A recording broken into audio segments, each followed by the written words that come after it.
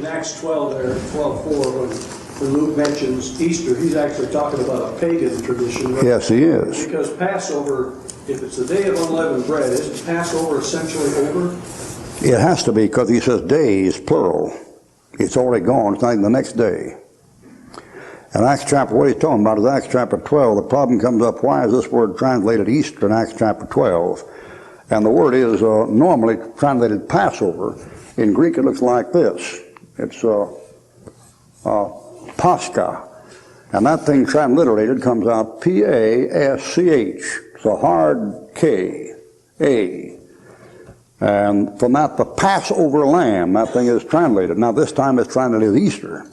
And somebody said, well, that's the wrong way to translate it. You can't just say it's the wrong way to translate it. For example, in Martin Luther's Bible, that thing comes out Easter every time it shows up. In Martin Luther Heilige Schrift, every time it says Passover, he says Easter. He didn't go further than that. When Luther comes to where it says, Christ, our Passover lamb, is sacrificed for us in 1 Corinthians, Luther will say, Christ, our Easter lamb, is sacrificed for us. Now that principle in translating is what we call dynamic equivalence. And there are two ways to translate. One is called formal correspondence, one is called dynamic equivalence. And when you pick up a new version, I'll tell you all you got. Any new version, all you've got is a version that is made to get rid of this Bible. Where they get rid of this Bible, they take every place in here where the fellow was corresponding formally and change it to an equivalent. Every place where we had an equivalent, he changed it back to formal. I know them birds. I know them like on the back of my hand. And all they're doing is, when the King James translates the Greek word for word exactly the way it is, and often it does, they say, no, it's better to make it this, dynamic equivalent. Where the King James has a dynamic equivalent, say like the thief on the cross said, he cast the same into his teeth. See, that isn't any Greek Testament. That isn't any literal Greek. That's an expression. He cast the same in his teeth. They say, see there, they didn't follow the Greek. But they don't follow the Greek themselves, the other places. It's a double deal. All right, now here you have exact translation. Exact would be Passover. A dynamic equivalent would be Easter. And the question comes up, what should it be in this case? And the King James translators wisely translated the way they did for two reasons. Now, here's the first one. Acts chapter 12, verse 3.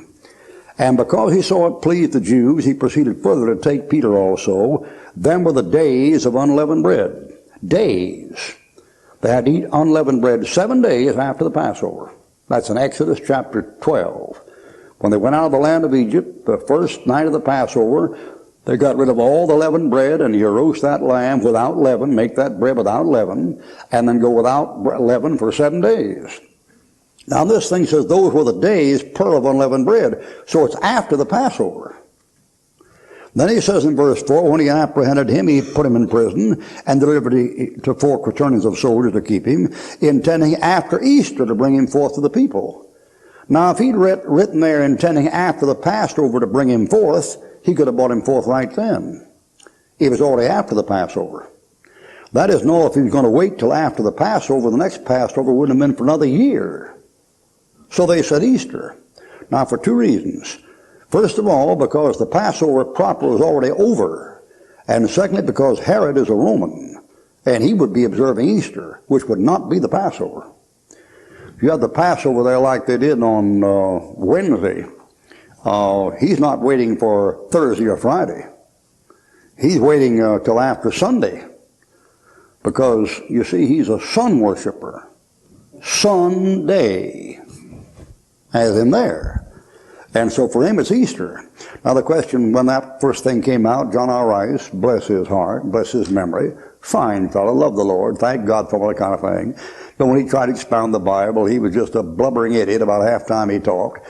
As long as he talked about soul winning and compassion on folks and prayer, he did fine. He was a good man. God used him. When he tried to teach that Bible, he made the biggest mess you ever saw. He said Christ in the Garden of Gethsemane praying the devil wouldn't kill him before he get to the cross. I mean, what a stupid thing to say. Why, the devil couldn't have killed Christ if he'd stayed up all night. Don't you know that? Oh, God, please don't let the devil kill me before I get to the cross. What a dumb thing.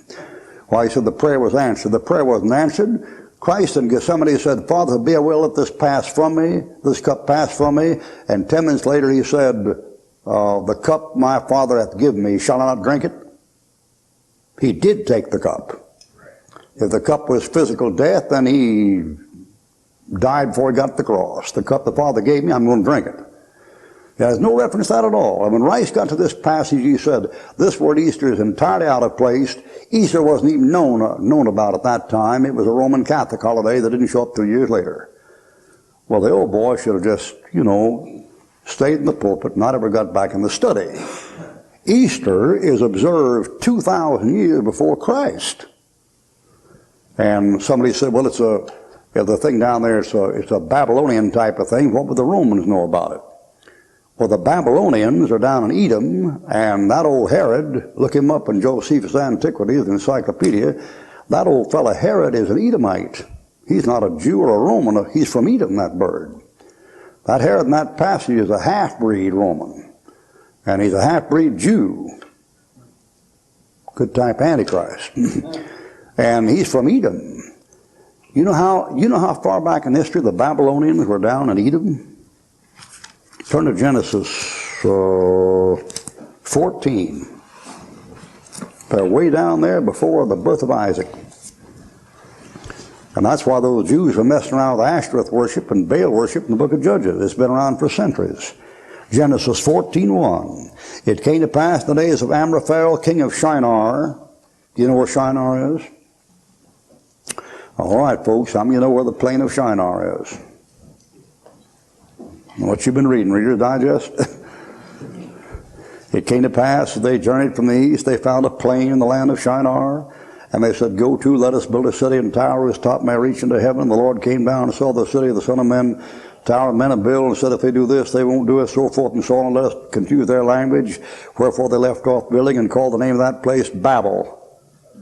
Babel, that's Nimrod, king of Babel, and that's the plain of Shinar. The king of Shinar, it's in Babylonia. Where is he at? Verse 2 and verse 3. He's down there in the Dead Sea, the Salt Sea, fighting against Edomites down there, south of the Dead Sea. That's where Edom is. He's down in there. And that bird is down there. That thing is Sodom and Gomorrah down in there. Verse 4, 5, 6, 7, 8, 9, 10, and 11. Look at verse 10. The vale of Siddim was full of slime pits, the king of Sodom and Gomorrah. That's south of the Dead Sea. It's Edom where that thing is. That Babylonian, he's down there before the birth of Isaac. So that's why the Jews pick up that religion. So when the King James translators translated that thing as Easter, they gave you two pieces of light you wouldn't have had if they'd translated it the other way. First of all, they let you know that King Herod was a Roman, and the Romans observe Easter. They don't observe the Passover. And do you realize how enlightening that is? Because every Easter, you hold Easter on a Sunday, and the Passover is not on a Sunday. On a Jewish calendar, sometime the Passover is Wednesday, sometime it's Friday, sometime it's Thursday.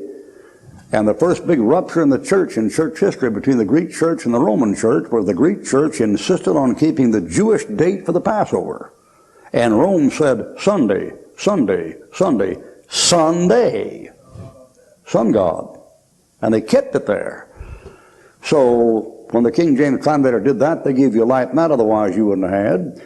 And secondly, they gave you light in the fact that Herod's intention was not to kill him right after the Passover, because he didn't.